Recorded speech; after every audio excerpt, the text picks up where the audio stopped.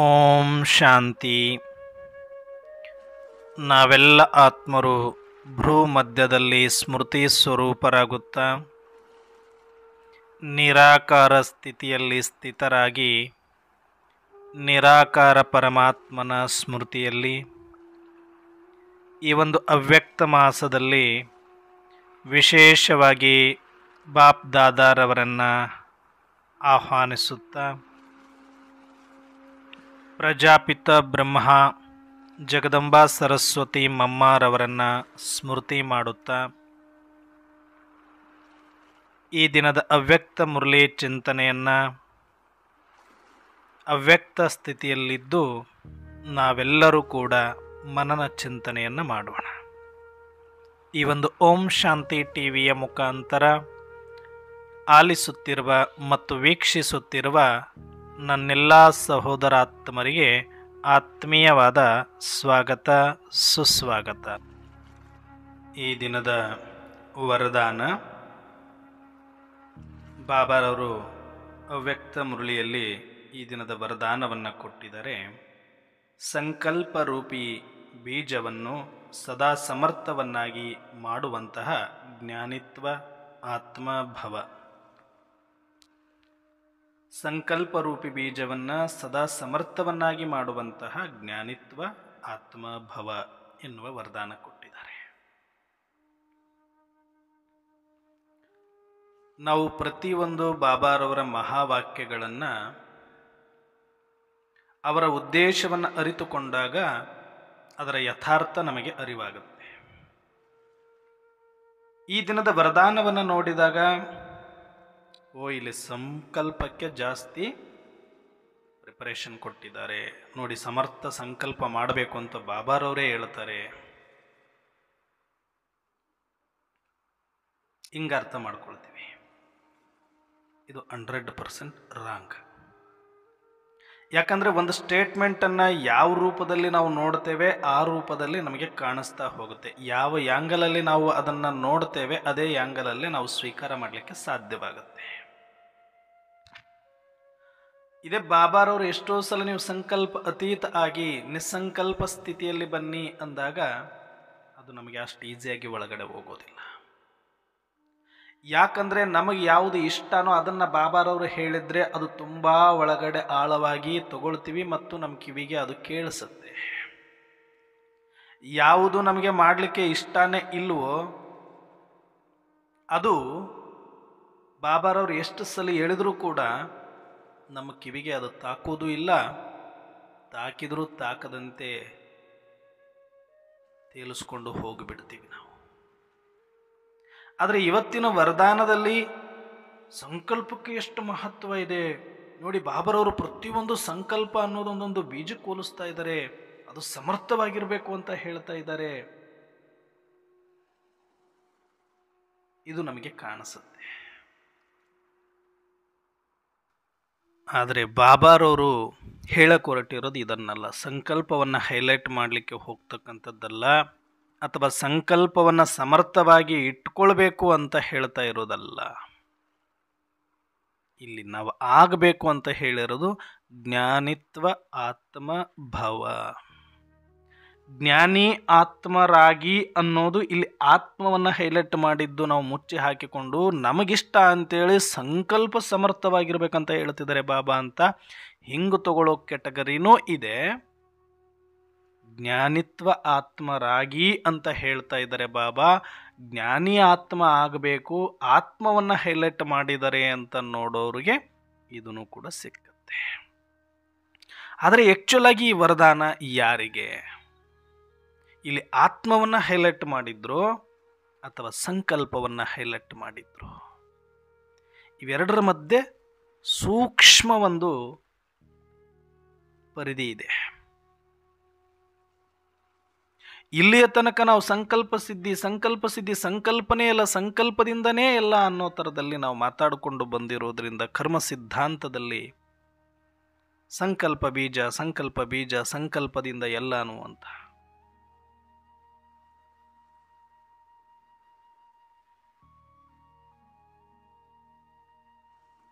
ಆದರೆ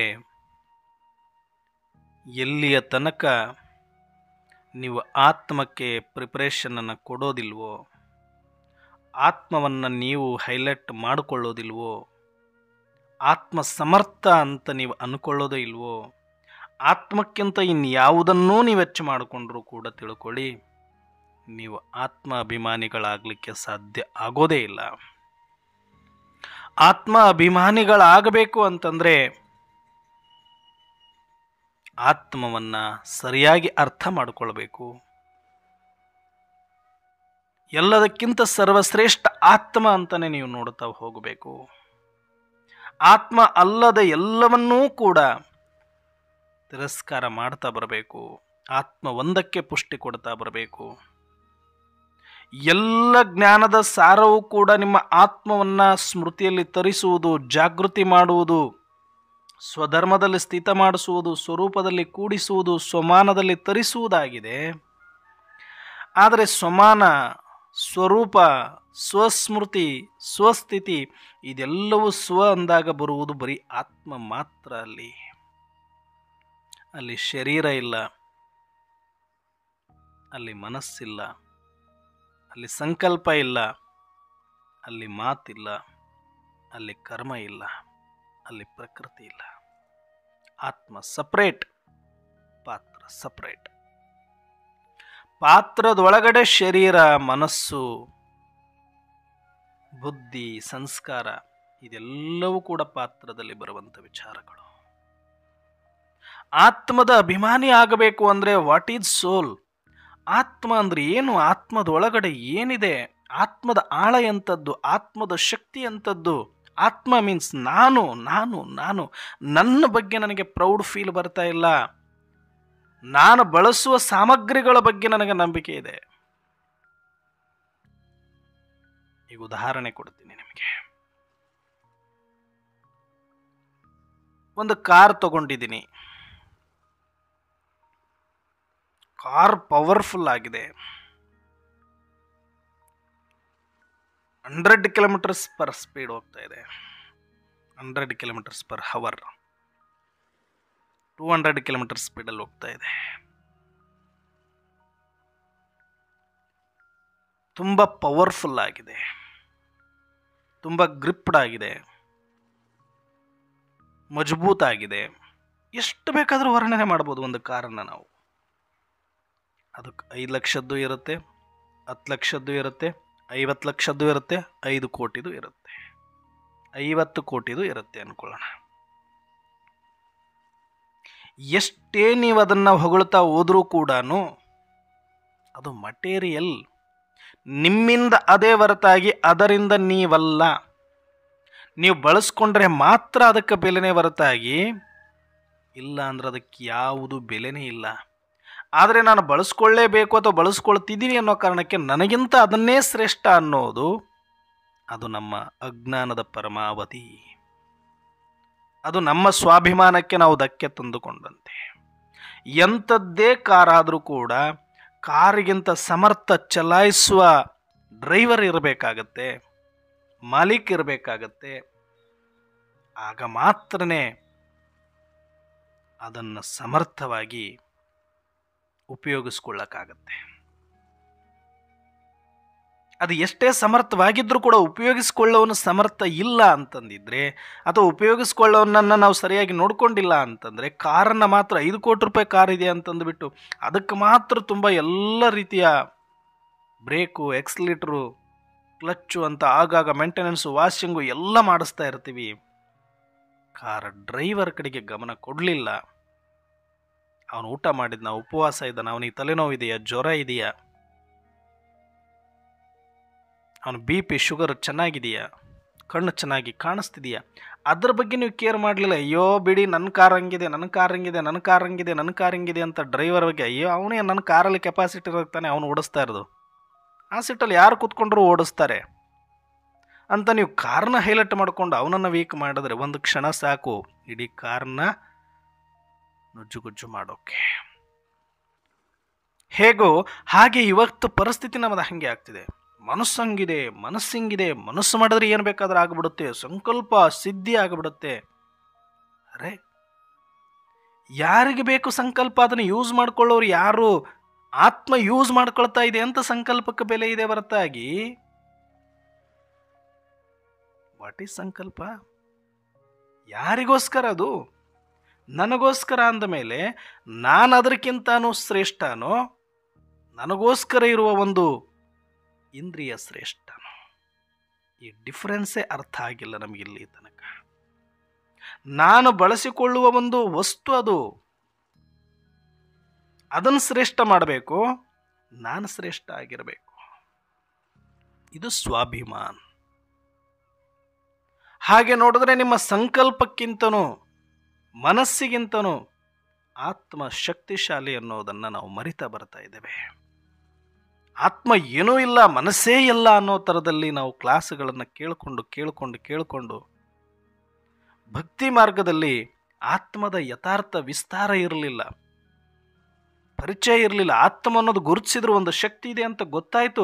ಪಾಪ ಎಷ್ಟೇ ಉತ್ಖನನ ಮಾಡಿದ್ರು ಅದರ ಯಥಾರ್ಥ ಪರಿಚಯ ತಂದೆಯೇ ಬಂದು ಕೊಡಬೇಕಾದಂಥ ಅನಿವಾರ್ಯ ನಿಯಮ ಪಾಠ ಈ ಒಂದು ಸೃಷ್ಟಿ ನಾಟಕದಲ್ಲಿ ಇರೋದ್ರಿಂದ ನೆಕ್ಸ್ಟ್ ಲೆವೆಲ್ ಆತ್ಮ ಬಿಟ್ಟರೆ ಸೂಕ್ಷ್ಮ ಇಂದ್ರಿಯ ಮನಸ್ಸಿನ ಬಗ್ಗೆ ಅವರು ಸಾಕಷ್ಟು ಅಧ್ಯಯನ ಮಾಡಲಿಕ್ಕಾಯಿತು. ಇಡೀ ಶರೀರ ಮತ್ತು ಮನಸ್ಸಿಗೆ ಹೋಲಿಸಿದಾಗ ಮನಸ್ಸು ಶಕ್ತಿಶಾಲಿಯಾಗಿ ಕಾಣಿಸ್ತು. ಮನಸ್ಸಲ್ಲಿ ನಡೆಯುವ ಸಂಕಲ್ಪಗಳಿಂದಲೇ ಎಲ್ಲವೂ ನಡೀತಾ ಇದೆ ಅನ್ನೋ ಥರದಲ್ಲಿ ಆ ಸಂಕಲ್ಪಗಳ ಕಡೆಗೆ ಗಮನ ಕೊಡಲೇಬೇಕು ಅನ್ನೋ ಥರದಲ್ಲಿ ಅದನ್ನು ಹೈಲೈಟ್ ಮಾಡೋದು ಬಿಟ್ಟರೆ ಪಾಪ ಅವರಿಗೇನೂ ಗೊತ್ತಿರಲಿಲ್ಲ. ಆತ್ಮದ ಬಗ್ಗೆ ಒಂದು ಸ್ವಲ್ಪನೂ ಕೂಡ ಅವರಿಗೆ ಐಡಿಯಾ ಇರಲಿಲ್ಲ. ವಾಟ್ ಈಸ್ ಸೋಲ್, ಎಲ್ಲಿಂದ ಬಂತು, ಯಾರ ಸಂತಾನ, ಏನು ಶಕ್ತಿ ಇದೆ, ಏನು ಮಾಡಲಿಕ್ಕೆ ಬಂದಿದೆ, ಇದು ಯಾವುದೊಂದು ಕೂಡ ಅವ್ರಿಗೆ ಗೊತ್ತಿರಲಿಲ್ಲ. ಬಟ್ ಇವತ್ತು ನಮಗೆ ಹಾಗಿಲ್ಲ. ನಾನು ಯಾರು, ನನ್ನ ಸ್ವರೂಪ ಏನು, ನನ್ನ ಶಕ್ತಿ ಅಂಥದ್ದು, ಎಲ್ಲಿಂದ ಬಂದಿದ್ದೀನಿ, ಯಾಕಾಗಿ ಬಂದಿದ್ದೀನಿ, ಇಷ್ಟೆಲ್ಲ ತಿಳ್ಕೊಂಡ ಮೇಲೂ ಇವತ್ತಿಗೂ ಆತ್ಮದ ಬಗ್ಗೆ ಮಾತಾಡ್ರಿ, ಇವ್ರಿಗೇನು ಇಲ್ಲ, ಸಪ್ಪೆ. ಅದೇ ಮನಸ್ಸಿನ ಬಗ್ಗೆ ಮಾತಾಡ್ಬಿಡ್ರಿ, ಸಂಕಲ್ಪದ ಬಗ್ಗೆ ಮಾತಾಡ್ಬಿಡ್ರಿ, ಸಂಕಲ್ಪ ಸಿದ್ಧಿ ಬಗ್ಗೆ ಮಾತಾಡ್ಬಿಡ್ರಿ, ಮನಸ್ಸಿನ ಕಂಟ್ರೋಲ್ ಬಗ್ಗೆ ಮಾತಾಡ್ಬಿಡ್ರಿ. ತುಂಬ ಕ್ಯೂರಿಯಾಸಿಟಿ ಅವರಿಗೆ, ತುಂಬ ಆಶ್ಚರ್ಯದಿಂದ ಕೇಳ್ತಾರೆ, ಖುಷಿಯಿಂದ ಕೇಳ್ತಾರೆ. ವಾವ್, ವಂಡರ್ಫುಲ್, ಬ್ಯೂಟಿಫುಲ್, ಎಷ್ಟು ಚೆನ್ನಾಗಿ ಬರುತ್ತೆ. ಬಟ್ ಸತ್ಯ ಇದಲ್ಲ.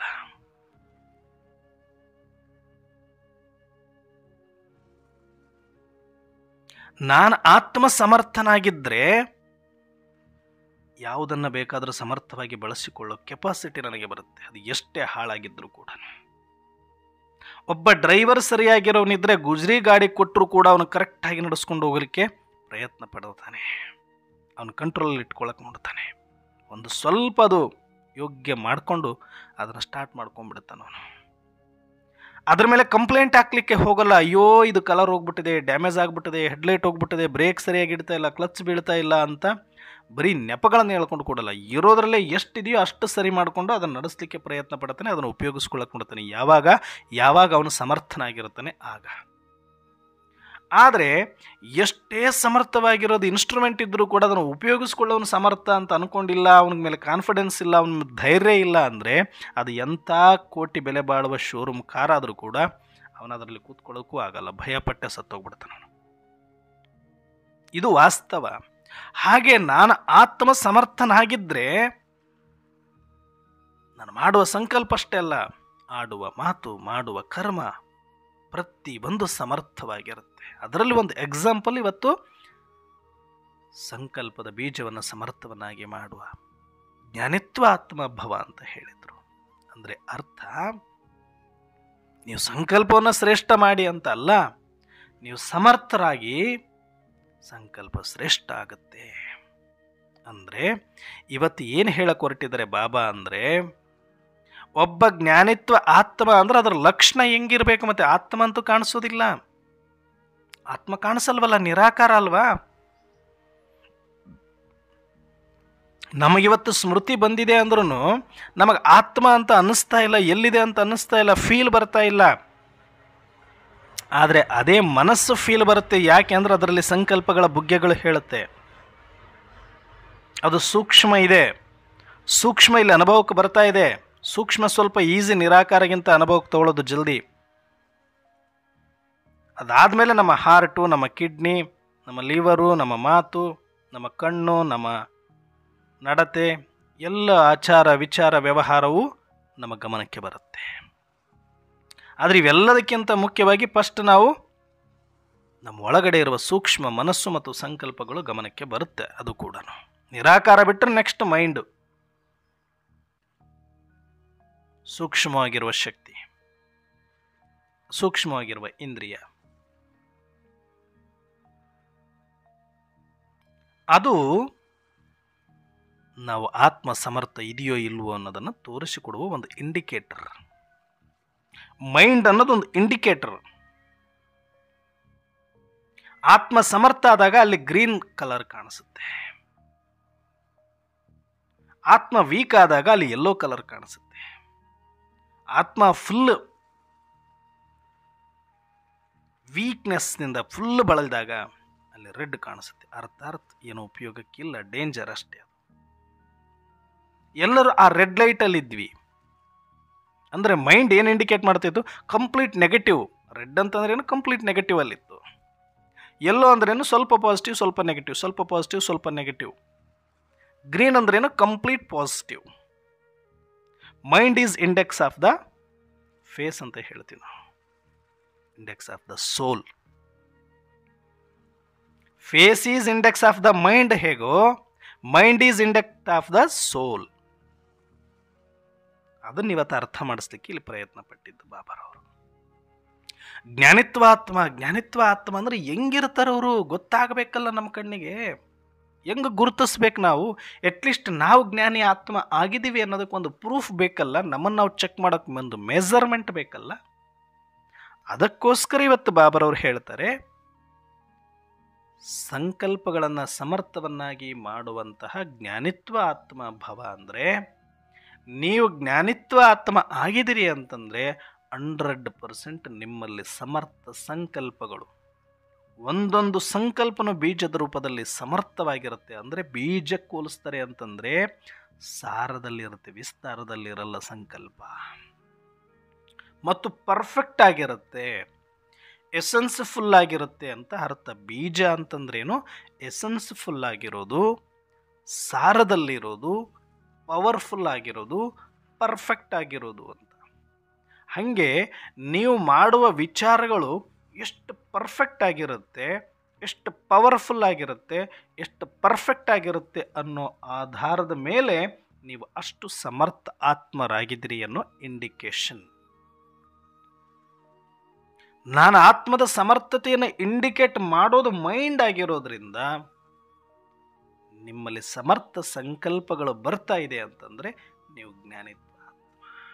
ಅಲ್ಲಿ ಸಮರ್ಥ ಬರ್ತಾ ಇಲ್ಲ, ಅದನ್ನು ಸಮರ್ಥ ಮಾಡಬೇಕು ಅಂದರೆ ನೀವು ಅಲ್ಲೇನೂ ಮಾಡೋಕ್ಕಾಗಲ್ಲ, ನೀವು ಇಲ್ಲೇ ಮಾಡಬೇಕು. ಇಲ್ಲಿ ಆತ್ಮವನ್ನು ಸಮರ್ಥ ಮಾಡ್ಕೋಬೇಕು ಇಷ್ಟೇ. ಮೈಂಡಲ್ಲಿ ಏನೂ ಮಾಡೋಕ್ಕಾಗಲ್ಲ, ಅದು ಇಂಡಿಕೇಟರ್. ಅದು ಏನು ಮಾಡೋಕ್ಕಾಗುತ್ತೆ ಇಂಡಿಕೇಟರ್ ತೋರಿಸೋದ್ರಲ್ಲಿ? ಏನಾದರೂ ಕಲೆಕ್ಷನ್ ತಪ್ಪಿದ್ರೆ ಇಂಡಿಕೇಶನ್ ಚೆಕ್ ಮಾಡ್ತೀವಿ ನಾವು, ಪಾಸಿಟಿವ್ ನೆಗೆಟಿವ್ ಕರೆಂಟ್ ಬರ್ತಾ ಇದೆಯಾ ಬರ್ತಾ ಇಲ್ಲ. ಇಂಡಿಕೇಟ್ರಲ್ಲಿ ಸರಿ ಮಾಡಬೇಕಾ? Indicator only checking point. ಅದು ಮತ್ತೆ ಹುಡುಕಾಡಬೇಕು, ಎಲ್ಲಿ ತಪ್ಪಿದೆ, ಎಲ್ಲಿ ವೈರ್ ಕಟ್ ಆಗಿದೆ, ಎಲ್ಲಿ ಡ್ಯಾಮೇಜ್ ಆಗಿದೆ, ಎಲ್ಲಿ ರಾಂಗ್ ಕನೆಕ್ಷನ್ ಆಗಿದೆ ನೋಡ್ಕೊಳ್ಳೋಕೆ ಮತ್ತೆ ಇಡೀ ವೈರ್ ಲೈನು ಎಲ್ಲ ನೋಡ್ಕೊಂಡು ಚೆಕ್ ಮಾಡ್ಕೊಂಡು ಬರಬೇಕು. ಇಂಡಿಕೇಶನ್ ಏನು ಹೇಳುತ್ತೆ? ಓ ಇಲ್ಲಿ ಏನೋ ಸ್ವಲ್ಪ ನೆಗೆಟಿವ್ ಇದೆ, ಇಲ್ಲಿ ಏನೋ ಒಂದಷ್ಟು ಕಟ್ ಆಗಿದೆ ಅಂತ ತೋರಿಸುತ್ತಷ್ಟೆ. ಹೆಂಗೋ ಹಾಗೆ ಸಂಕಲ್ಪಗಳನ್ನೋದು ನಿಮ್ಮ ಆತ್ಮದ ಕೆಪಾಸಿಟಿಯನ್ನು ತೋರಿಸ್ತದೆ. ಅರ್ಥಾತ್ ಆತ್ಮ ಎಲ್ಲರೂ ಒಂದೇ ಇದ್ರೂ ಅದು ಜ್ಞಾನಿತ್ವ ಆತ್ಮನ ಅಥವಾ ಇಲ್ವಾ, ಬಲವಂತ ಆತ್ಮನ ಅಥವಾ ಇಲ್ವಾ. ಮತ್ತೆ ಆತ್ಮರಲ್ಲಿ ಬಲವಂತನೂ ಇಲ್ಲ, ಜ್ಞಾನಿ ಅಜ್ಞಾನನೂ ಇಲ್ಲ. ಇದನ್ನ ಹೆಂಗೆ ಕನ್ಸಿಡರ್ ಮಾಡ್ತೀವಿ ಅಂದರೆ ಆತ್ಮ ಎಲ್ಲರ ಒಳಗಡೆನೂ ಇದೆ, ಅದು ಇರೋ ಥರನೇ ಇದೆ. ಅದರ ಸ್ವರೂಪದಲ್ಲಿ, ಅದರ ಸ್ವಧರ್ಮದಲ್ಲಿ, ಅದರ ಶಕ್ತಿಯಲ್ಲಿ ಯಾರೊಬ್ಬರ ಆತ್ಮದಲ್ಲೂ ವ್ಯತ್ಯಾಸ ಇಲ್ಲ. ವ್ಯತ್ಯಾಸ ಇಷ್ಟೇ ಇರೋದು, ಆತ್ಮ ಸ್ಮೃತಿ ಸ್ವರೂಪ ಎಷ್ಟು ಪರ್ಸೆಂಟೇಜ್ ಆಗಿರುತ್ತೋ ಅಷ್ಟು ಅದು ಸಮರ್ಥ ಆತ್ಮ, ಜ್ಞಾನಿತ್ವ ಆತ್ಮ ಆಗುತ್ತೆ. ಇಷ್ಟೇ ಇಲ್ಲಿ ಫಜಲ್ ಇರೋದೇನು ಅಂದರೆ, ಎಷ್ಟು ನಾನು ಆತ್ಮ ಸ್ವಸ್ಮೃತಿಯಲ್ಲಿ ಸ್ಥಿತನಾಗಿರ್ತೀನಿ, ಆ ಸ್ವರೂಪದಲ್ಲಿ ಬಂದಿರ್ತೀನಿ, ಅದೇ ನಾನಾಗಿರ್ತೀನಿ. ಎಷ್ಟು ಪರ್ಸೆಂಟೇಜ್ವರೆಗೂ ನಾನು ಸ್ಮೃತಿ ಸ್ವರೂಪನಾಗಿದ್ದೀನಿ ಅಷ್ಟು ನಾನು ಸಮರ್ಥ ಆತ್ಮ, ಜ್ಞಾನಿತ್ವ ಆತ್ಮ.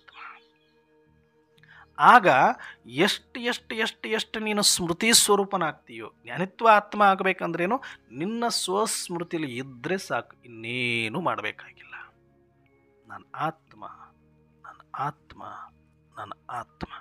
ನಿನ್ನನ್ನು ನೀನು ಆತ್ಮ ಅನ್ನಕೊಳ್ಳೋದು, ಪರಮಾತ್ಮನನ್ನ ತಂದೆ ಅಂತ ತಿಳಿದು ನೆನಪು ಮಾಡೋದು, ಸರ್ವರನ್ನೂ ಕೂಡ ನನ್ನ ಸಹೋದರಾತ್ಮರಂತ ಸಾಕ್ಷಿಯಾಗಿ ನೋಡೋದು, ಇದು ನೀನು ಆತ್ಮದ ಸ್ಮೃತಿಯಲ್ಲಿ ಬಂದಿರುವ ಒಂದು ಇಂಡಿಕೇಶನ್. ಇದನ್ನು ಸರಿ ಮಾಡ್ಕೊಳ್ಬೇಕು. ಸ್ಮೃತಿ ಕಡಿಮೆ ಆಗಿದೆಯಾ, ಸಮರ್ಥತೆ ಕಡಿಮೆ ಆಗಿದೆಯಾ, ಸ್ವರೂಪ ಕಡಿಮೆ ಆಗಿದೆಯಾ, ಪ್ರಾಕ್ಟೀಸ್ ಕಡಿಮೆ ಆಗಿದೆಯಾ. ಆತ್ಮ ಸಮರ್ಥ ಆಗೋದು ಅಂದರೆ ಎಷ್ಟು ಎಷ್ಟು ಇಡೀ ದಿನದಲ್ಲಿ ಎಷ್ಟು ಗಂಟೆ ನಾನು ಆತ್ಮ, ನಾನು ಆತ್ಮ, ನಾನು ಆತ್ಮ, ನಾನು ಆತ್ಮ, ನಾನು ಆತ್ಮ. ಅದರಲ್ಲಿ ಮತ್ತೆ ಯಾವುದೊಂದು ನೆಗೆಟಿವ್ ಮಿಕ್ಸ್ ಇರಬಾರ್ದು. ನಾನು ಅಪವಿತ್ರ ಆತ್ಮ, ನಾನು ಪಾಪಿ ಆತ್ಮ, ನಾನು ನೀಚ ಆತ್ಮ, ನಾನು ಅಪವಿತ್ರ ವಿಕರ್ಮ್ಯ ಆತ್ಮ, ಯಾವುದೊಂದು ನೆಗೆಟಿವ್ ಒಳಗಡೆ ಮಿಕ್ಸ್ ಹೋಗಲಿಕ್ಕೆ ಬಿಡಲೇಬಾರದು. ಫಿಲ್ಟರ್.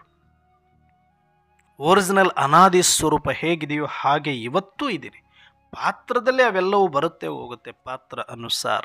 ಆ ಪಾತ್ರದ ಆರೋಪಗಳನ್ನು ಆತ್ಮದ ಮೇಲೆ ಹಾಕದೆ ನಾನು ಆತ್ಮ ಅಂತ ಮೂಲ ಆತ್ಮದ ಸ್ಮೃತಿಯಲ್ಲಿ ಎಷ್ಟು ಬರ್ತಾ ಹೋಗ್ತೀರಿ ಅಷ್ಟು ಸಮರ್ಥರಾಗ್ತಾ ಹೋಗ್ತೀರಿ. ಅಂಥವ್ರನ್ನ ಜ್ಞಾನಿತ್ವ ಆತ್ಮ ಅಂತಾರೆ. ಅವರು ಹೆಂಗಿರ್ತಾರೆ ಅಂತಂದಾಗ ಅವ್ರನ್ನ ಐಡೆಂಟಿಫೈ ಮಾಡಬೇಕು, ಅಥವಾ ನನ್ನನ್ನು ನಾನು ತಿಳ್ಕೊಳ್ಬೇಕು ಅಂದಾಗ ಅವರು ಮಾಡುವ ಒಂದೊಂದು ಸಂಕಲ್ಪಗಳು ಸಾರ ರೂಪದಲ್ಲಿ, ಬೀಜ ರೂಪದಲ್ಲಿ, ಎಸೆನ್ಸ್ಫುಲ್ಲಾಗಿ, ಪರ್ಫೆಕ್ಟಾಗಿ ಇರುತ್ತೆ. ಅದು ನನ್ನನ್ನು ನಾನು ಚೆಕ್ ಮಾಡ್ಕೊಳ್ಳೋಕ್ಕಾದರೂ ಸರಿ, ಬೇರೆ ಒಂದು ಆತ್ಮರನ್ನು ಅಳತೆ ಮಾಡಲಿಕ್ಕಾದರೂ ಸರಿ. ಯಾರು ಜ್ಞಾನಿತ್ವ ಆತ್ಮ ಆಗಿರ್ತಾರೋ ಅವರ ಒಂದೊಂದು ಸಂಕಲ್ಪವು ಸಮರ್ಥ, ಸಾರ, ಬೀಜ, ಎಲ್ಲೂ ವ್ಯರ್ಥ ಕಾಣಿಸೋದೇ ಇಲ್ಲ. ಎಷ್ಟು ಬೇಕು ಅಷ್ಟೇ, ನ್ಯಾರ ಪ್ಯಾರ. ಮಾತು ಅಷ್ಟೇ, ಎಷ್ಟು ಬೇಕು ಅಷ್ಟೇ. ಅದು ಎಸೆನ್ಸ್ಫುಲ್ ಆಗಿರುತ್ತೆ ಮತ್ತು ಪರ್ಫೆಕ್ಟ್ ಆಗಿರುತ್ತೆ ಮತ್ತು ಪರಿಣಾಮಕಾರಿಯಾಗಿರುತ್ತೆ. ಕರ್ಮವೂ ಅಷ್ಟೇ, ಸಾರದಲ್ಲಿ ಇರುತ್ತೆ, ಪರ್ಫೆಕ್ಟ್ ಆಗಿರುತ್ತೆ ಮತ್ತು ಪವರ್ಫುಲ್ ಆಗಿರುತ್ತೆ. ದೃಷ್ಟಿಯೂ ಅಷ್ಟೇ, ಎಸೆನ್ಸ್ಫುಲ್ ಆಗಿರುತ್ತೆ, ಪರ್ಫೆಕ್ಟ್ ಆಗಿರುತ್ತೆ, ಪರಿಣಾಮಕಾರಿಯಾಗಿರುತ್ತೆ. ಅಂದರೆ ಒಬ್ಬ ಜ್ಞಾನಿತ್ವ ಆತ್ಮ ಅಂದರೆ ಆತನ ಇಂಡಿಕೇಟರ್ಗಳಿವೆಲ್ಲ: ಸಮರ್ಥ ಸಂಕಲ್ಪ, ಸಮರ್ಥ ಮಾತು, ಸಮರ್ಥ ಕರ್ಮ, ಸಮರ್ಥ ದೃಷ್ಟಿ, ಸಮರ್ಥ ನಡತೆ, ಸಮರ್ಥ ಆಚಾರ, ಸಮರ್ಥ ವಿಚಾರ. ಎಲ್ಲವೂ ಎಸೆನ್ಸ್ಫುಲ್. ಬೀಜ ಅಂದ್ರೇನು? ಎಸೆನ್ಸ್ಫುಲ್. ಸಾರದಲ್ಲಿ ವಿಸ್ತಾರ ಇರೋದಿಲ್ಲ ಎಲ್ಲಿನೂ, ವ್ಯರ್ಥ ಇರೋದಿಲ್ಲ ಎಲ್ಲಿನೂ, ಸಮರ್ಥತೆ ಇರುತ್ತೆ. ಅದಕ್ಕೆ ಈ ಸತ್ಯವನ್ನು ನಾವು ಅರ್ಥ ಮಾಡಿಕೊಂಡಾಗ ನಾವು ಇದನ್ನು ಚೆಕ್ ಮಾಡಿಕೊಂಡು ಚೇಂಜ್ ಮಾಡಿಕೊಂಡು ಆತ್ಮವನ್ನು ಪರ್ಫೆಕ್ಟ್ ಮಾಡಿಕೊಳ್ಳೋದಕ್ಕೆ ನಮ್ಮ ಸ್ಮೃತಿಯನ್ನು ಹೆಚ್ಚು ಮಾಡಿಕೊಂಡು ಸ್ಮೃತಿಯ ಅಭ್ಯಾಸವನ್ನು ಪಕ್ಕಾ ಮಾಡಿಕೊಂಡು ನಾನು ಆತ್ಮನನ್ನು ಪ್ರೌಡ್ ಫೀಲ್ ಮಾಡುತ್ತಾ ಇಡೀ ಜಗತ್ತಿನಲ್ಲಿ ಸರ್ವ ಶಕ್ತಿಗಳಿಗಿಂತ ಶ್ರೇಷ್ಠ ಶಕ್ತಿ ನಾನು ಆತ್ಮ, ನನ್ನ ತಂದೆ ಪರಮಾತ್ಮ ಅನ್ನುವ ಈ ಶ್ರೇಷ್ಠ ಸ್ಮೃತಿಯಲ್ಲಿ ಯಾರು ಸದಾಕಾಲ ಇರ್ತಾರೆಯೋ, ನನ್ನಂತೆಯೇ ಪ್ರತಿಯೊಂದು ಆತ್ಮನೂ ಕೂಡ ಶ್ರೇಷ್ಠ ಅನ್ನುವ ದೃಷ್ಟಿಯ ಅಭ್ಯಾಸದಲ್ಲಿ ಯಾರು ಇರ್ತಾರೆಯೋ, ಈ ನಾಟಕದಲ್ಲಿ ಎಲ್ಲವೂ ಪರ್ಫೆಕ್ಟಾಗಿ ನಿರ್ದೋಷವಾಗಿ ನಡೀತಾ ಇದೆ ಅನ್ನುವ ಸಾಕ್ಷಿಯ ಪ್ರಾಕ್ಟೀಸಲ್ಲಿ ಯಾರು ಇರ್ತಾರೆಯೋ ಅವರು ಮಾತ್ರ ಜ್ಞಾನಿತ್ವ ಆತ್ಮ ಆಗಲಿಕ್ಕೆ ಸಾಧ್ಯ ಇದೆ. ಅವರ ಒಂದು ಲಕ್ಷಣಗಳು ಮಾತ್ರ ಈ ಸಮರ್ಥ ಸಂಕಲ್ಪ, ಸಮರ್ಥ ಮಾತು, ಸಮರ್ಥ ಕರ್ಮ, ಸಮರ್ಥ ದೃಷ್ಟಿ ನೋಡಲಿಕ್ಕೆ ನಮಗೆ ಸಿಗುತ್ತೆ. ಅಂಥ ಒಂದು ಜ್ಞಾನಿತ್ವ ಆತ್ಮರಾಗಿ ಅಂತ ಇವತ್ತು ವರದಾನ ಕೊಟ್ಟಿದ್ದಾರೆ ಹೊರತಾಗಿ ಇಲ್ಲಿ ಸಂಕಲ್ಪಗಳನ್ನು ಹೈಲೈಟ್ ಮಾಡಿ ಸಂಕಲ್ಪ ಶ್ರೇಷ್ಠ ಅಂತ ಹೇಳುವ ಉದ್ದೇಶ ಅಲ್ಲ. ಇಂಥಲ್ಲೇ ನಾವು ರಾಂಗ್ ಅಜ್ಯೂಮಲ್ಲಿ ಬಂದುಬಿಟ್ಟು ಮೈಂಡಿಗೆ ಜಾಸ್ತಿ ಪ್ರಿಪರೇಷನ್ ಕೊಡೋಕೆ ಹೋಗ್ತೀವಿ, ಸಂಕಲ್ಪವನ್ನು ಪ್ರಿಪರೇಷನ್ ಕೊಡೋಕೆ ಹೋಗ್ತೀವಿ, ಸಮಾನ ಅಂತ ಹೇಳ್ಬಿಟ್ಟು ಅಥವಾ ಸಂಕಲ್ಪಗಳು ಶ್ರೇಷ್ಠ ಮಾಡ್ಕೊಳ್ಬೇಕಂತ ಇನ್ನೇನೋ ಪ್ರಾಕ್ಟೀಸ್ ಮಾಡೋಕ್ಕೆ ಹೋಗ್ತೀವಿ. ಇದು ಮನಸ್ಸು ಒಂದು ಬರೀ ಇಂದ್ರಿಯ ಅಷ್ಟೇ, ಅದು ಒಂದು ಪಾರ್ಟ್ ಅಷ್ಟೇ, ಪಾತ್ರಕ್ಕಾಗಿ ಸಿಕ್ಕಿರುವ ಒಂದು ಪಾರ್ಟೇ ಹೊರತಾಗಿ ಅದರಲ್ಲಿ ಏನೂ ವಿಶೇಷತೆ ಇಲ್ಲ. ಆತ್ಮ ಬಳಸಿಕೊಳ್ಳುವ ಒಂದು ಸೂಕ್ಷ್ಮ ಇಂದ್ರಿಯ, ಅದು ಇನ್ಸ್ಟ್ರೂಮೆಂಟ್ ಅಷ್ಟೇ. ಆದರೆ ಆತ್ಮವನ್ನು ಹೈಲೈಟ್ ಮಾಡಿಕೊಳ್ಳದೆ ಮತ್ತೆ ಮತ್ತೆ ನಾವು ಮನಸ್ಸನ್ನು, ಮೈಂಡನ್ನು, ಸಂಕಲ್ಪವನ್ನು ಎಲ್ಲಿ ತನಕ ನೀವು ಹೈಲೈಟ್ ಮಾಡ್ಕೊಳ್ತಾ ಕೂತ್ಕೋತೀರೋ ಅಲ್ಲಿಯ ತನಕ ಆತ್ಮದ ಅನುಭವದಿಂದ ವಂಚಿತರಾಗ್ತೀರಿ ಅನ್ನೋದೇ ಇಷ್ಟೆಲ್ಲ ನಾನು ಆಳವಾಗಿ ಹೇಳುವ ಉದ್ದೇಶ. ಯಾಕಂದರೆ ನಮಗೆ ಹೋಮ್ವರ್ಕ್ ಕೊಟ್ಟಿರೋದು ನಾವು ಆತ್ಮಾಭಿಮಾನಿಗಳಾಗಬೇಕು. ನಮಗಿಲ್ಲಿ ಟಾಸ್ಕ್ ಇರೋದೆ ಸ್ವಮಾನದಲ್ಲಿ ಬಂದು ಕೊಡೋದು. ಸ್ವ ಅಂದ್ರೆ ಆತ್ಮನೇ ಹೊರತು ಮನಸ್ಸಲ್ಲ. ಸ್ವಮಾನ, ಸ್ವರೂಪ, ಸ್ವಸ್ಮೃತಿ, ಸ್ವಸ್ಥಿತಿ, ಆತ್ಮಾಭಿಮಾನಿ ಬನ್ನುವಂತ ಬಾಬಾ ಹೇಳಿದರು.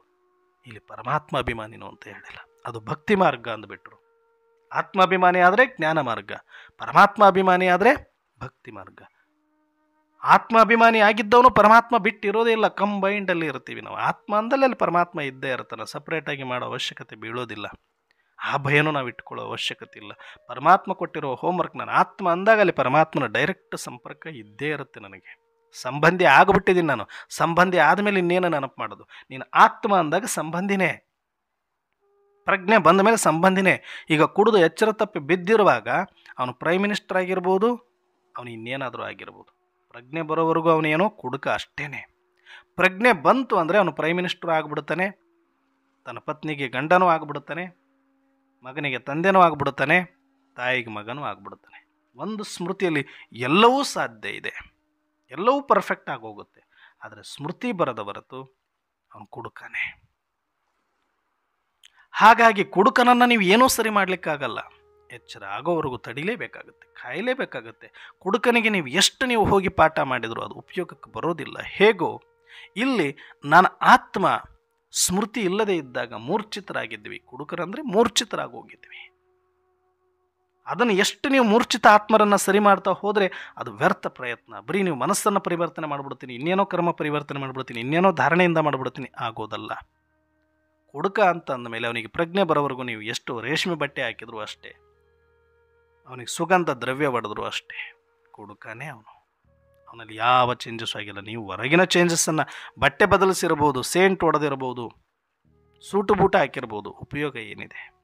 ಹೇಗೋ ಹಾಗೆ ಆತ್ಮಕ್ಕೆ ನೀವು ಸ್ಮೃತಿಯ ಅಭ್ಯಾಸವನ್ನೇ ಮಾಡದೆ, ಸೂರ್ಜಿತರಾಗದೆ, ಆತ್ಮದ ಸ್ಮೃತಿಯಲ್ಲಿನೇ ಬರದೆ, ಮೂರ್ಛಿತ ಆತ್ಮ ಇಟ್ಟುಕೊಂಡು ನೀವು ಎಷ್ಟು ಮನಸ್ಸನ್ನು ಸರಿ ಮಾಡಿಕೊಳ್ಬೇಕು ಅನ್ನೋದು, ಅದು ಎಷ್ಟೇ ಮಾಡಲಿಕ್ಕೆ ಹೋದರೂ ಕೂಡ ಅದು ಸರಿ ಹೋಗಲಿಕ್ಕೆ ಸಾಧ್ಯ ಇಲ್ಲ. ಅದು ಮುಟ್ಟಾಳ್ತನವೂ ಕೂಡ ಆಗಿಬಿಡುತ್ತೆ. ಹಾಗಾಗಿ ಇಲ್ಲಿ ಜ್ಞಾನಿತ್ವ ಆಗೋದು ಅಂದ್ರೂ, ಸಮರ್ಥ ಆಗೋದು ಅಂದ್ರೂ ಇನ್ನೇನೋ ಮಾಡಬೇಕು ಅಂತ ಇಲ್ಲ. ಸ್ಮೃತಿಯಲ್ಲಿ ಬರಬೇಕು. ಪ್ರಜ್ಞೆಯಲ್ಲಿ ಬಂದರೆ ಎಲ್ಲವೂ ಆಟೋಮೆಟಿಕ್ ಆಗಿರ್ತೀನಿ. ಪ್ರಜ್ಞೆ ಬಂದ ತಕ್ಷಣ ಅಯ್ಯೋ ನಾನು ಪ್ರಧಾನಿ ಪ್ರಧಾನಿ ಪ್ರಧಾನಿ ಅಂತ ಓಡೋಗಿ ಗಾಬರಿಯಾಗಿ ಚೇರು ಹುಡುಕಬೇಕಾಗಿಲ್ಲ. ಅವನು ಪ್ರಧಾನಿನೇ, ಮೂರ್ಛೆ ಹೋಗಿದ್ದ ಅಷ್ಟೇ. ಅಯ್ಯೋ ಇವಳು ನನ್ನ ಹೆಂಡತಿ ಮರೆತು ಬಿಟ್ಟಿದ್ದೆ ಅಂತ ಬಂದು ಓಡೋಡಿ ಪ್ರಾಕ್ಟೀಸ್ ಮಾಡೋ ಅವಶ್ಯಕತೆ ಇಲ್ಲ. ಅವಳು ಹೆಣ್ತಿನೇ, ಪ್ರಜ್ಞೆ ಬಂದಿದೆ ಅಷ್ಟೆ, ಪ್ರಜ್ಞೆ ಹೋಗಿತ್ತು. ಹಾಗೆ ನನ್ನ ಆತ್ಮ ಪವಿತ್ರನೇ, ಸುಖ ಸ್ವರೂಪನೇ, ಶಾಂತ ಸ್ವರೂಪನೇ, ಸ್ಮೃತಿ ಹೋಗಿತ್ತಷ್ಟೇ. ಸ್ಮೃತಿಯಲ್ಲಿ ಬಾ, ಮತ್ತೆ ಅದೇ ಒರಿಜಿನಾಲಿಟಿ ನಿನ್ನಲ್ಲಿರೋದು, ಅದೇ ಸ್ವಧರ್ಮ, ಶಾಂತಿ ಇದೆ. ಶಾಂತಿ ದೂತನ ಮಗ ನೀನು, ಶಾಂತಿ ಧಾಮದ ಸುತ ನೀನು, ಪವಿತ್ರ ಆತ್ಮ ನೀನು, ಶಕ್ತಿಶಾಲಿ ಆತ್ಮ ನೀನು, ಪಾತ್ರಧಾರಿ ಆತ್ಮ ನೀನು. ಸ್ಮೃತಿ ಒಂದೇ ಇಲ್ಲಿ ಬೇಕಾಗಿರೋದು, ಏನೂ ನಷ್ಟ ಆಗಿಲ್ಲ ಆತ್ಮಕ್ಕೆ. ಈ ಸತ್ಯವನ್ನು ಅರ್ಥ ಮಾಡಿಕೊಂಡು ಸ್ಮೃತಿ ಬಂದ ಮೇಲೆ ಸಂಬಂಧದಲ್ಲಿ ಬಂದುಬಿಡ್ತೀಯ. ಪರಮಾತ್ಮನಿಗೆ ಮಗು ಆಗೇ ಬಿಡ್ತೀಯ. ನೀನು ಆತ್ಮ ಅಂತ ಗೊತ್ತಿದ್ದಾಗಲೆಲ್ಲ ಪರಮಾತ್ಮನ ಮಗು ಅಂತ ಗೊತ್ತಿರೋದೆ, ಅದನ್ನು ಜಪ ಮಾಡೋ ಅವಶ್ಯಕತೆ ಇಲ್ಲ. ಇದನ್ನೇ ಜ್ಞಾನ ಅಂತ ಕರೆಯೋದು. ಜಪ ಮಾಡ್ತಿದ್ದಾನೆ ಅಂದರೆ ಇನ್ನೂ ಪೂರ್ತಿ ಪ್ರಜ್ಞೆ ಬಂದಿಲ್ಲ ಅವನಿಗೆ ಅಂತ ಅರ್ಥ. ನನ್ನ ಹೆಂಡತಿ ಕನ್ವರ್ಸ್ತಾ ಇದ್ದರೆ ಪೂರ್ತಿ ಎಚ್ಚರ ಆಗಿಲ್ಲ ಅವನು ಅಂತ ಅರ್ಥ. ಹೇಗೋ ಹಾಗೆ ಇಲ್ಲಿ ನಾವು ಬಾಬಾ ಬಾಬಾ ಬಾಬಾ ಬಾಬಾ ಬಾಬಾ ಬಾಬಾ ಅಂತಿದ್ದು ಪ್ರಾಕ್ಟೀಸ್ ಮಾಡೋದಕ್ಕೆ, ಕಂಠಪಾಠ ಥರ ಮಾಡೋದಕ್ಕೆ ಮಂತ್ರ ಅಲ್ಲ ಇದು. ಸಂಬಂಧದಲ್ಲಿ ಬರಬೇಕಾಗಿದೆ, ಇಲ್ಲಿ ಜಪದಲ್ಲಿ ಅಲ್ಲ. ನಾವು ಈ ಡಿಫರೆನ್ಸ್ ಗೊತ್ತಿಲ್ಲದೆ ಇನ್ನೂ ಭಕ್ತಿ ಮಾರ್ಗದ ಭಾವನೆಗಳನ್ನೇ ಹೈಲೈಟ್ ಮಾಡಿಕೊಂಡು ಆ ಥರ ಬಾಬಾ ಬಾಬಾ ಅಂತ ಭಾವನಾತ್ಮಕವಾಗಿ ನಮ್ಮನ್ನು ಬಳಸಿಕೊಂಡು ನಮ್ಮ ಭಾವನೆಗಳನ್ನೇ ಬಂಡವಾಳ ಮಾಡಿಕೊಂಡು ನಮಗೇ ಗೊತ್ತಿಲ್ಲದಂತೆ ಜ್ಞಾನ ಮಾರ್ಗದಿಂದ ವಿಮುಖ ಮಾಡುವಂಥವರು ಸಾಕಷ್ಟು ಜನ ಇರ್ತಾರೆ. ಯಾವುದನ್ನು ಕೇಳೋದ್ರಿಂದ ನೀವು ಸೂರ್ಜಿತರಾಗ್ತೀರಿ, ಯಾವುದನ್ನು ಕೇಳೋದರಿಂದ ನೀವು ಆತ್ಮದಿಂದ ವಂಚಿತರಾಗ್ತೀರಿ ಅನ್ನುವ ಅರಿವು ನಮಗಿರಲೇಬೇಕಾಗುತ್ತೆ. ಯಾವುದನ್ನು ಕೇಳಬೇಕು, ಯಾವುದನ್ನು ಬಿಡಬೇಕು ಅಂತ. ಡ್ರಾಮಾನುಸಾರ ಎಲ್ಲವೂ ನಡೆಯುತ್ತೆ. ಹಾಗಾಗಿ ಇಲ್ಲಿ ನಾವು ಅರ್ಥ ಮಾಡ್ಕೊಳ್ಬೇಕಾಗಿರೋದಿಷ್ಟೇ, ನನ್ನ ಆತ್ಮ ನನ್ನ ಆತ್ಮ ನನ್ನ ಆತ್ಮ ಅನ್ನುವ ಸ್ಮೃತಿಯಲ್ಲಿ ಬನ್ನಿ ಸಾಕು. ಇಲ್ಲಿ ಪರಮಾತ್ಮನಿಗೆ ಮಗುನೂ ಆಗ್ತೀರಿ, ಪರಮಧಾಮ ನಿವಾಸಿನೂ ಆಗ್ತೀರಿ. ನೀವು ಪರಮಧಾಮದ ಜಪ ಮಾಡಿಲ್ಲ ಅಂತಂದರೆ ನಿಮ್ಮನ್ನು ಪರಧಾಮಕ್ಕೆ ಸೇರಿಸ್ಕೊಳ್ಳಲ್ಲ ಅಂತೇನಿಲ್ಲ, ಅಥವಾ ನೀವು ಪರಮಧಾಮದವರಲ್ಲ ಅಂತಲ್ಲ. ಜಪ ಮಾಡುವ ಅವಶ್ಯಕತೆ ಏನಿದೆ, ಯಾವುದು ನನ್ನದಾಗಿದೆಯೋ ಅದರ ಸ್ಮೃತಿಯಲ್ಲಿ ಬರಬೇಕಾಗಿತ್ತು ಅಷ್ಟೇ. ಸ್ಮೃತಿ ಬಂದಾಯಿತು, ತಂದೆನೂ ಅವರೇ ಇದ್ದಾರೆ, ಮನೆಯೂ ಅದೇ ಇದೆ, ನಿನ್ನ ಶಕ್ತಿನೂ ಅದೇ ಇದೆ, ನಿನ್ನ ಧರ್ಮನೂ ಅದೇ ಇದೆ. ಮನೆಯೂ ಚೇಂಜ್ ಆಗಬೇಕಾಗಿಲ್ಲ, ಅಪ್ಪನೂ ಚೇಂಜ್ ಆಗಬೇಕಾಗಿಲ್ಲ. ಸ್ಮೃತಿ ಬಂದ ಮೇಲೆ ಅದೇ ಥರ ನನ್ನ ಆತ್ಮನೂ ಚೇಂಜ್ ಆಗಬೇಕಾಗಿಲ್ಲ. ಒರಿಜಿನಲ್ ನಾನು ಏನಿದ್ದೀನೋ ಅದೇ ಇದ್ದೀನಿ. ಪಾತ್ರದ ಸ್ಮೃತಿಯನ್ನು ಬಿಡಿಸ್ಕೊಂಡು ಈಗ ಆತ್ಮದ ಸ್ಮೃತಿಯಲ್ಲಿ ಬರುವ ಅಭ್ಯಾಸ ಮಾಡಬೇಕಾಗಿತ್ತು. ಅದನ್ನು ಮಾಡಿದವರು ಸಮರ್ಥ ಆತ್ಮರಾಗ್ತಾರೆ, ಜ್ಞಾನಿತ್ವ ಆತ್ಮರಾಗ್ತಾರೆ. ಆಗ ಅವರು ಪಾತ್ರದಲ್ಲಿದ್ದರೂ ಕೂಡ ಯಾರು ಸ್ಮೃತಿಯಲ್ಲಿ ಕಂಪ್ಲೀಟಾಗಿ ಸ್ಮೃತಿ ಸ್ವರೂಪರಾಗಿ ತಾವಾತ್ಮನನ್ನು ಸದಾಕಾಲ ಶ್ರೇಷ್ಠ ಮತ್ತು ಪವಿತ್ರ ಸ್ಥಿತಿಯಲ್ಲಿ ಅನುಭವ ಮಾಡ್ತಾ ಎಲ್ಲರನ್ನೂ ಅದೇ ದೃಷ್ಟಿಯಲ್ಲಿ ನೋಡುವಂಥವ್ರು ಯಾರು ಇದ್ದಾರೋ, ನಾಟಕದಲ್ಲಿ ಬರುವ ಎಲ್ಲ ಸನ್ನಿವೇಶಗಳು ನಿಗದಿತ ಪೂರ್ವ ನಿಯೋಜಿತ ಅನ್ನುವ ಸಾಕ್ಷಿ ದೃಷ್ಟಿಯಲ್ಲಿ ಬಂದು ಯಾರು ಸಾರದಲ್ಲಿ ಎಸನ್ಸಲ್ಲಿ ಬೀಜದಲ್ಲೂ ಕೂತಿರ್ತಾರೋ ಅವರನ್ನೇ ಬಾಪ್ ಸಮಾನಾತ್ಮ, ಕರ್ಮಾತೀತ ಆತ್ಮ, ಸಾಕ್ಷಿ ಆತ್ಮ, ಬೀಜರೂಪ ಆತ್ಮ ಅಂತ ಕರೀತಾರೆ. ಅವರನ್ನೇ ಜ್ಞಾನಿತ್ವ ಆತ್ಮ, ಸಮರ್ಥ ಆತ್ಮ ಅಂತ ಕರೆಯಲಾಗತ್ತೆ. ಅದನ್ನೇ ಇವತ್ತು ಬಾಬಾ ಹೇಳ್ತಾರೆ, ನೀವು ಜ್ಞಾನಿತ್ವ ಆತ್ಮರಾಗಿ ಆಗ ಎಲ್ಲವೂ ನಿಮ್ಮ ಸಂಕಲ್ಪಗಳು ಸಮರ್ಥವಾಗಿ ಬರ್ತವೆ, ಮಾತುಗಳು ಸಮರ್ಥವಾಗಿ ಬರ್ತವೆ. ಆ ಜ್ಞಾನಿತ್ವ ಆತ್ಮ ಆಗೋದಿಲ್ಲಿ ಮುಖ್ಯ ಆಗಿದೆ ಅನ್ನೋದು ಈ ವರದಾನದಿಂದ ನಾವು ಅರ್ಥ ಮಾಡಿಕೊಳ್ಬೇಕು. ಅಚ್ಚಾ, ಓಂ ಶಾಂತಿ.